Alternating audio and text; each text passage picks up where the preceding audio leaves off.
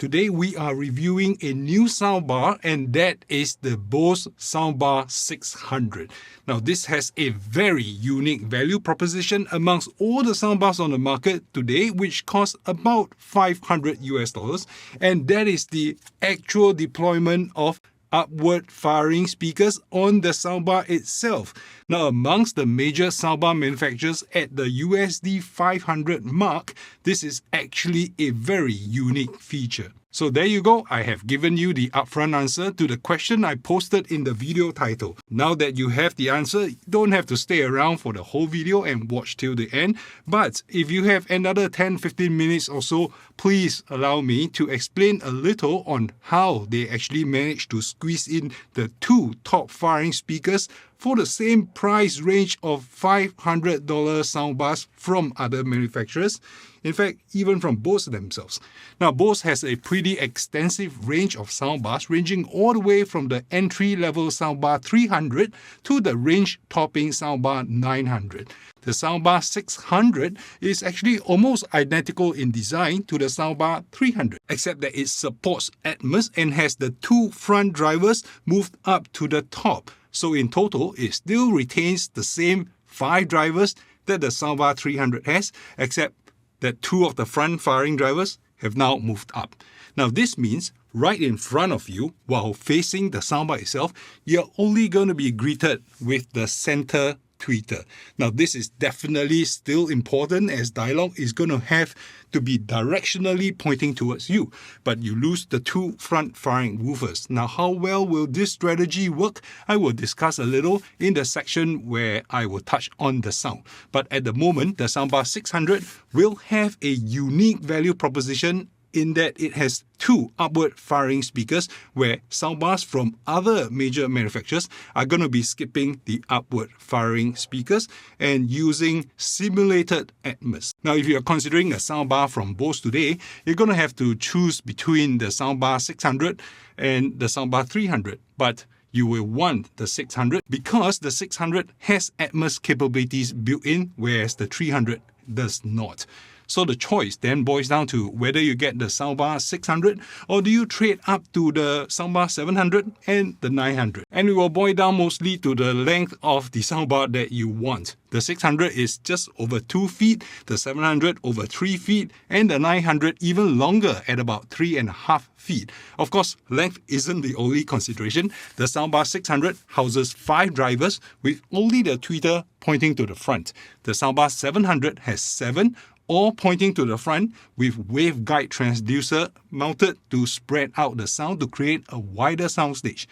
But the soundbar 700 has no upward firing speakers. In fact, it doesn't even have Atmos processing capabilities. So that's a huge downside when comparing the 600 against the 700. But the 700 has adaptive room correction, which unfortunately the 600 doesn't have. Now, what if you want a soundbar from Bose that actually does it all? Now in comes the soundbar 900, still the flagship soundbar from Bose at the end of 2022. The 900 has 9 drivers, 2 more drivers than the 700, and these 2 are actually upward firing mounted to the ends of the soundbar itself, which means the soundbar 900 will support Atmos as well, and it has adaptive room correction built in, which is missing in the soundbar 600. Now, without room correction in the form of adapting, it means that the soundbar 600 doesn't take into account your room boundaries. But there is a setting within the soundbar 600 itself that allows you to indicate to the soundbar that it is wall-mounted, right? And that will change the sound profile to take into account the bass frequencies which the wall will actually bloat up. And because there's no room correction, you might need to find other ways to take care of the pesky sound reflection caused by the soundbar when it emits around sound waves that hits the wall at undesirable spots. In a traditional setup where you have discrete speakers, you want to cut down on the reflection as much as possible so that the directivity of sound from individual speakers are clearly transmitted and not bounced around the whole room. In a soundbar setup, you actually do need a bit of reflective surfaces, as the sound waves are meant to be bounced around to create an illusion of virtual surrounds and high speakers.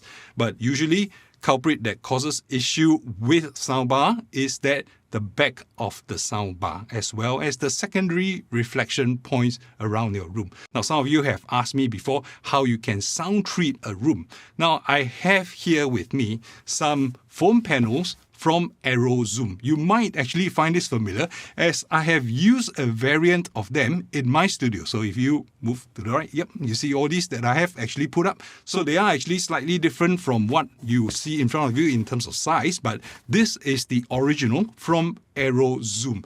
Now, in a studio like this, I have dampened up the whole wall because I do need to absorb all the reflections and all the echoes so that when I'm recording audio, my voice, you can actually hear me clearly. Now, the topic of where to place the sound panels around is really a huge topic, and it's not something that I want to cover today because the star of the show is still the Bose 600 soundbar. I will focus on a single aspect of sound treatment with these panels that I have from Arrowzoom. Now, assuming you're going to be placing the soundbar in front of your screen, in front of your TV, right?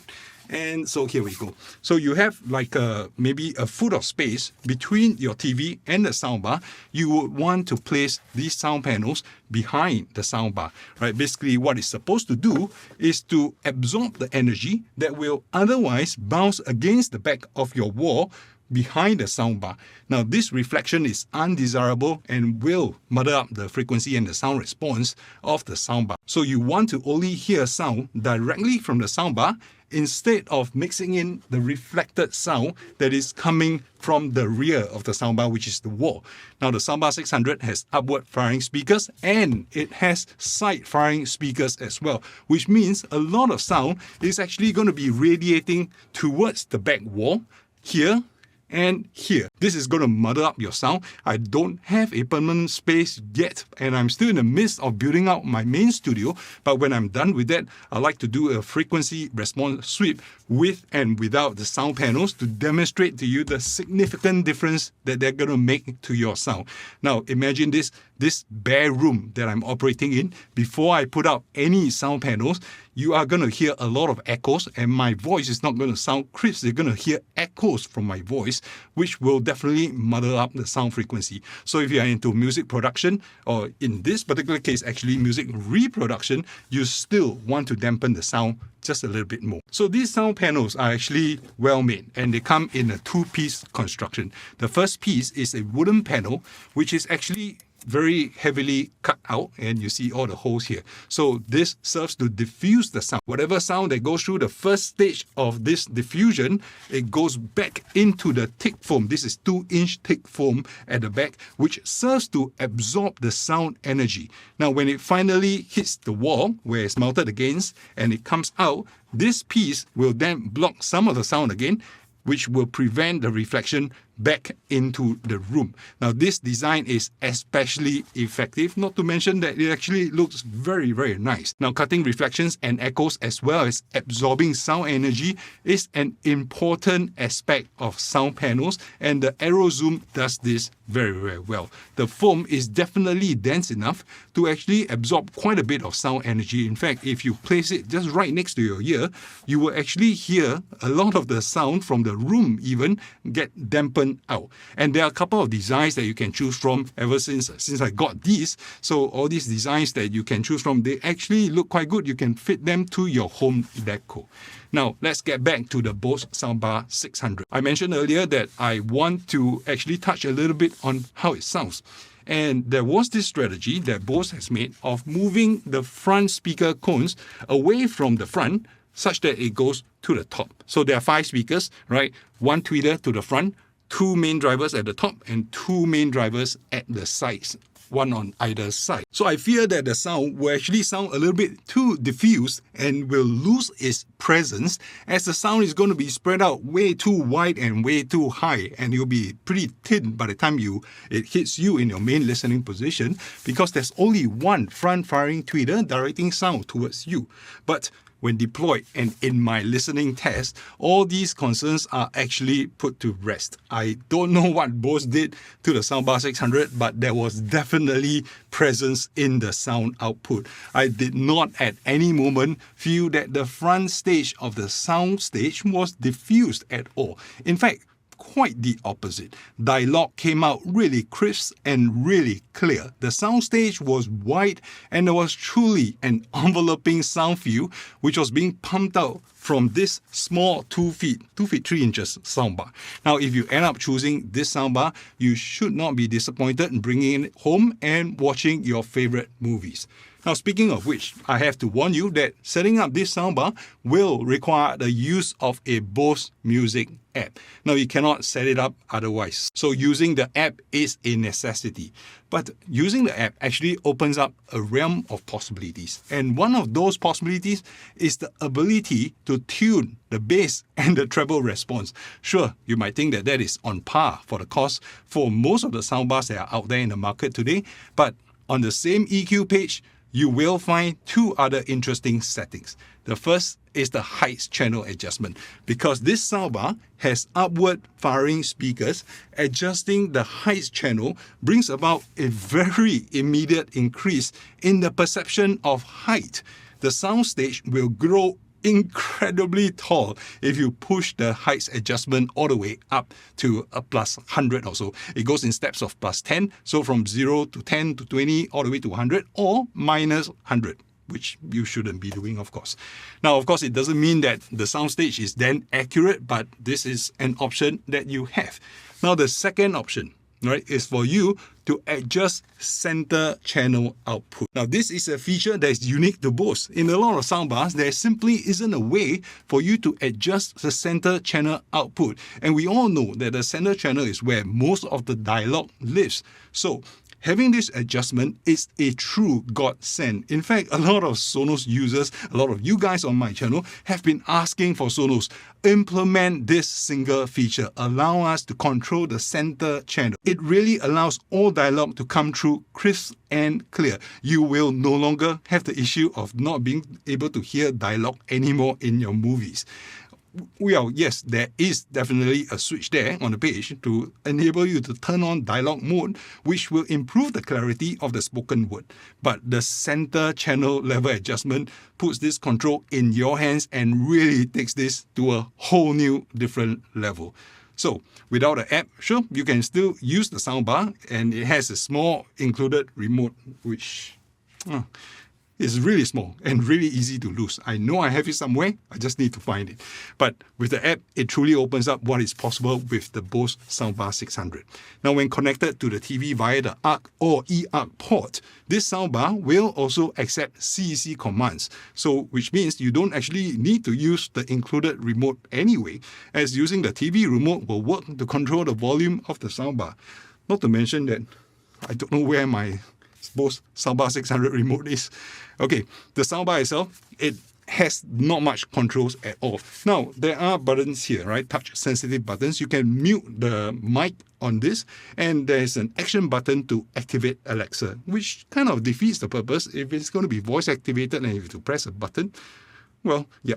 There's no display on the soundbar itself, short of a strip of LED lights, right, which blinks or lights in different colors to indicate different things. I cannot, for the life of me, remember what they all are, so you probably will need to refer to the manual to get a better understanding of what the lights mean. Now, the last important feature that I'm going to be talking about is the Bose soundbar ability to group with other Bluetooth products from Bose. For example, if you have a pair of QC45's headphone, you will be able to group them together. So if somebody wants to have the headphones on, the sound will also channel to the headphones, which has its own volume control, and they will play back both together, both on the headphones as well as the soundbar itself. Now, I was talking about this feature in a video just a while back for the Sonos headphones. I thought that it would be great if the rumored Sonos headphones could play in tandem with their soundbar, so that if anybody wants a different volume level, they could adjust it independently. And here it is with the feature in the Bose Soundbar 600. It is like Bose is covering all the gaps for Sonos, which makes me wonder, do you think that Bose has possibly been watching my videos? I don't know. Now, if you are keen to purchase this, I will be putting up the links in the video description down below. For those of you who are in Singapore, the Shopee and the Lazada links will be the direct links from Bose Singapore themselves. For those of you based in the US, I have posted the US Amazon store affiliate links. If you are not prepared to buy yet, sure, stay tuned on this channel where I will dive deeper into this product in the future. Now, I usually do my frequency response sweep, I do my further testing, I do my binaural recording of the soundbar, and in fact, I do want to pitch this against its competitors, like maybe, the Sonos Beam Gen 2 and the Sony HDA3000, all about the same at street price at least, and we want to know which to buy. And the fact is also that it is also modular and can be paired with different subs and surrounds from Bose, which makes this a pretty worthy investment for the future. Now, this is an important product from Bose, and it does pack in some killer features. I'm not imagining that I've covered this product in depth today. I just wanted to get a video out fast in case some of you are actually considering this over the year-end sale and the gifting season. I will be going further in depth in a future video, so this will not be the last that you're going to see of the Bose Soundbar 600 with the upward firing speakers. Now, if you're keen to find out more about the soundbars from Sony and Sonos within the same price range as the Soundbar 600, then do check out either of these videos. In the coming months, I would definitely want to compare these soundbars against each other. They all have their relative pros and cons, and I don't think you'll be unhappy with any of them should you choose them. If you want to be notified when I launch those videos, do stay subscribed to this channel, and I will see you over in those videos.